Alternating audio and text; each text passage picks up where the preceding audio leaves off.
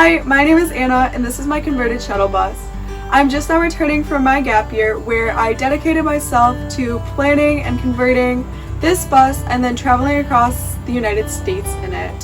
So today I was just looking to film a little video about what's inside of the bus, how I designed it, how I built it, and things I would change or things that I really love that I think you should incorporate in your build.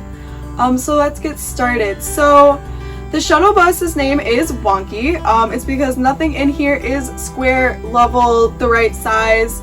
Really, it is wonky to say the least. So wonky is built inside the shell of a 2002 Ford E450 turtle top shuttle bus.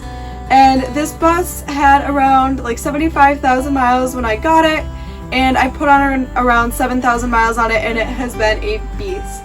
It does not accelerate very quickly, which is a question I'm asked often. On-ramps on highways are pretty terrifying, not my favorite place. But that being said, I really do enjoy driving the bus.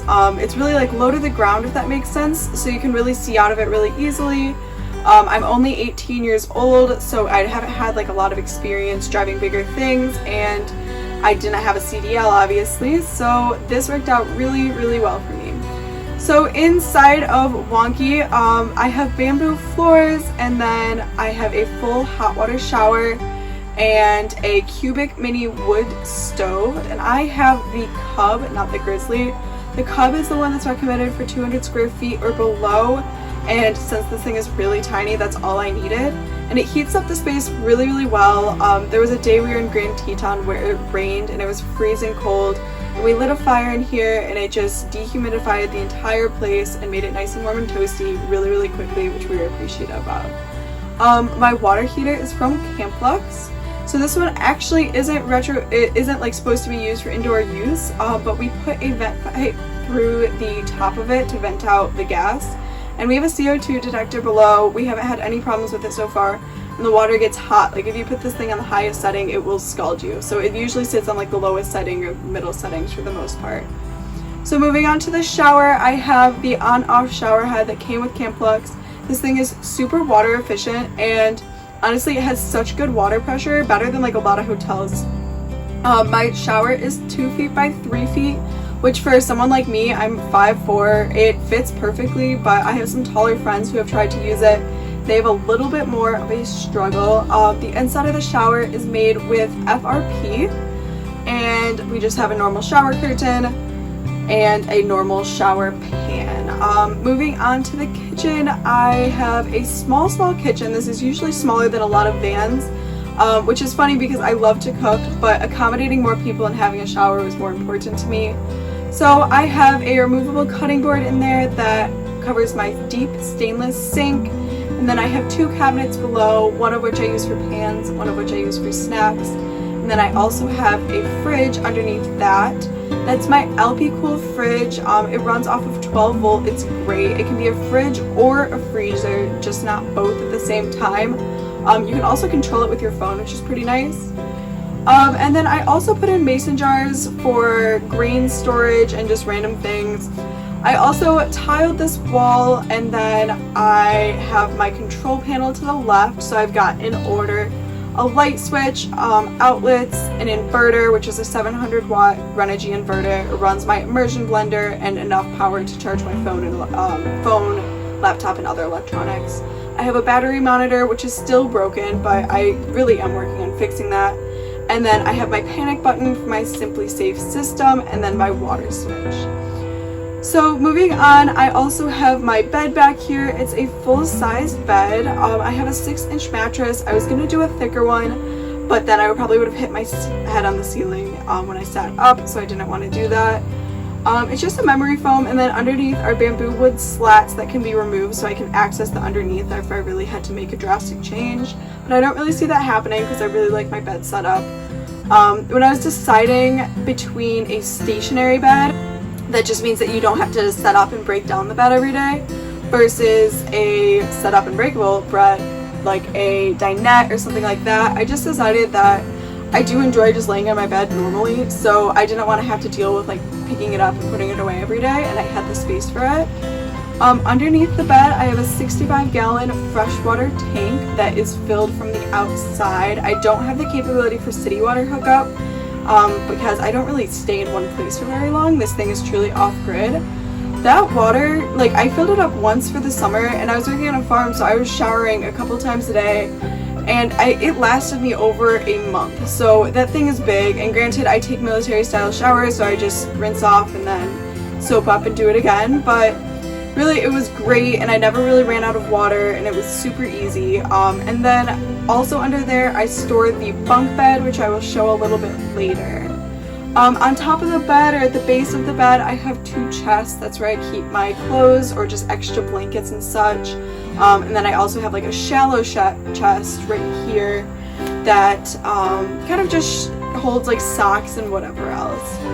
And then I have pretty much the most unique part of my build, which is this couch bed right here. So right now it's kind of like the size of a love seat, so it could sit like 2 to 3 people, 3 if you're really squished. But then you remove this cushion right here, and there's a little box for your feet that you can stick your feet underneath it. And this is like a half bed, or like a full-size bed cut in half.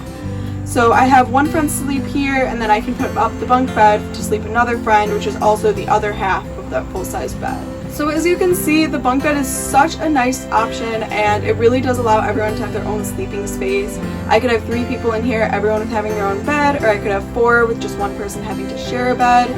And that's really nice to me, and it was really an important part of my build, just because everyone should have their own kind of separate sleeping spaces when you're hiking and dirty all day long. So then in the cubic mini cabinet, that one just kind of holds essentials. We have medicines, so on and so forth.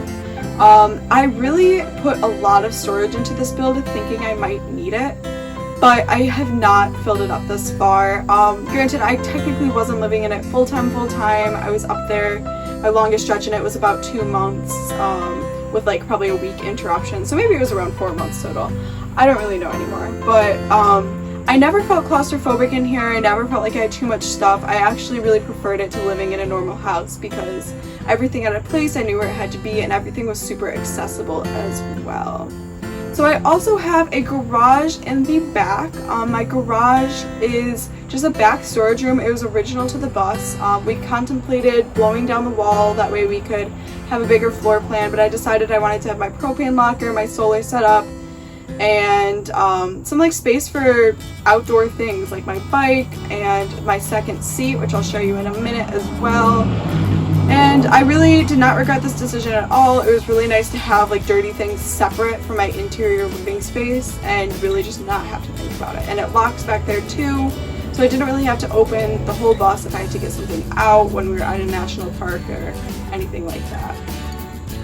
Okay, so then moving on to how we built this thing. So I took a gap year after my school at the University of Pennsylvania, went online with very, very little notice. I had about 2 weeks before I moved in to make a decision, and I decided to take a gap year because I didn't want to pay for an education that would be online. So what I did was I sat there, I asked myself, well, what do I want to do with this year? And the first thought in my mind was converting a van. It was something that I'd always wanted to do in my life and never knew when I'd have the opportunity, and I figured there was not a better time than then. So I got to work on that right away, trying to find a bus or a van. Buses were cheaper, so I started there, and then this bus became available through my work, and everything just kind of fell into line from there. So I started construction on the bus in November after planning for months and months and months, and I researched all over the internet, from YouTube to random blog posts. Really anything that anyone ever posted I read, and I gathered a bunch of information before I started. And even though I did all that research, I still was lost. So I would work like for 3 days, I'd be able to finish a task and then have absolutely no clue. And I'd sit on the bus floor and just think, what have I done? Like, why did I do this? Then I'd go home, research for a few more days, and then come back and just do it again. So that was my cycle for 6 months while I finished the build. So I started and stripped the entire interior down. We removed all the seats, and then I got the FRP paneling off the walls. That was awful. The adhesive that was on there was stuck on. Like, it was from 2002, like I said, so like that has been on there for a long while. Underneath we found some water, which we think was because of like the window area, still not really sure, and the roof was leaking, so that was another thing we found.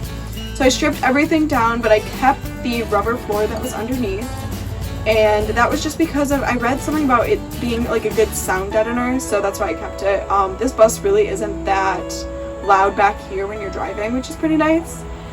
So then I put in my insulation. So for the walls I used XPS insulation, like the purple foam stuff, and I had 1-inch insulation because that's what fit between my steel frame. And then for the floors I had this dry core, which was OSB, but they were like clicking cubes and this plastic underneath that worked out really well. So I put that down, and then I put very thin, it was 5mm ply on the walls because they were going to get painted anyways. I didn't really want to invest or build out my walls anymore because it would just take up some of the floor space. And then we mounted my solar panel on the roof. Also, for some context, this was in the dead of winter in Chicago. It was freezing cold. We had a week where we were working in 7 degrees and it was awful. And when I say we, also, that is my dad, Tyler Thompson. So he is a landscape architect. I don't know if that's actually his title. That's the title I gave him. But anyways, so he has always been a very crafty guy, and he decided to help me with this venture because I don't technically have the finite craftsmanship that this build needed. So, yeah, so we finished up the walls, the subfloor, and then we started just building furniture, for lack of a better term. We put in this corner cabinet first that holds the cubic mini, and then moved on to this bench bed, and the process was really hard because we didn't really know how everything was going to fit in. No matter how many times you measure in this build, the angles and the weird curves on the wall and the curves on the ceiling, nothing will ever be squared. And so you kind of just have to build as you go. So we finished this bench bed and then moved on to my bed and then did the shower and then finished with the kitchen. So the kitchen was originally supposed to be about 1 foot longer, but other things happened and it kept getting squished and squished and squished, but I'm happy with it now. So once we finished getting all of this in, we made our countertops, we fabricated all of the trim boards, we put up beadboard, we painted everything green, and all of that. So it really all came together really quickly, and it was like I would say after demo and getting like the subfloor and the insulation in, the rest of the build only took 2 months, so it was pretty incredible. I did all the solar myself, I ran all the wiring and all of that, and when I got those lights to turn on for the first time, it was my proudest moment. And then I was supposed to leave for my trip on May 1st, which ended up getting delayed. But yeah, it was then just like a push to get to the finish. So we finished all the plumbing, turned on our plumbing, had 4 things explode on us. There were a lot of ups and downs, but we finally got the bus done and ready, and here it is today. So I will probably go more into depth and show more videos and such of when I was building, maybe do like kind of a step-by-step process. Let me know in the comments below if that would be interesting to you. But overall, that's Wonky Bus. So it's been the most incredible journey, and I'm so excited to have the bus for like, at least the next year and be able to travel in it and experience it more and more. So for anyone that's considering doing it, do it for sure. It's so great. So anyways, thanks for watching. Bye-bye.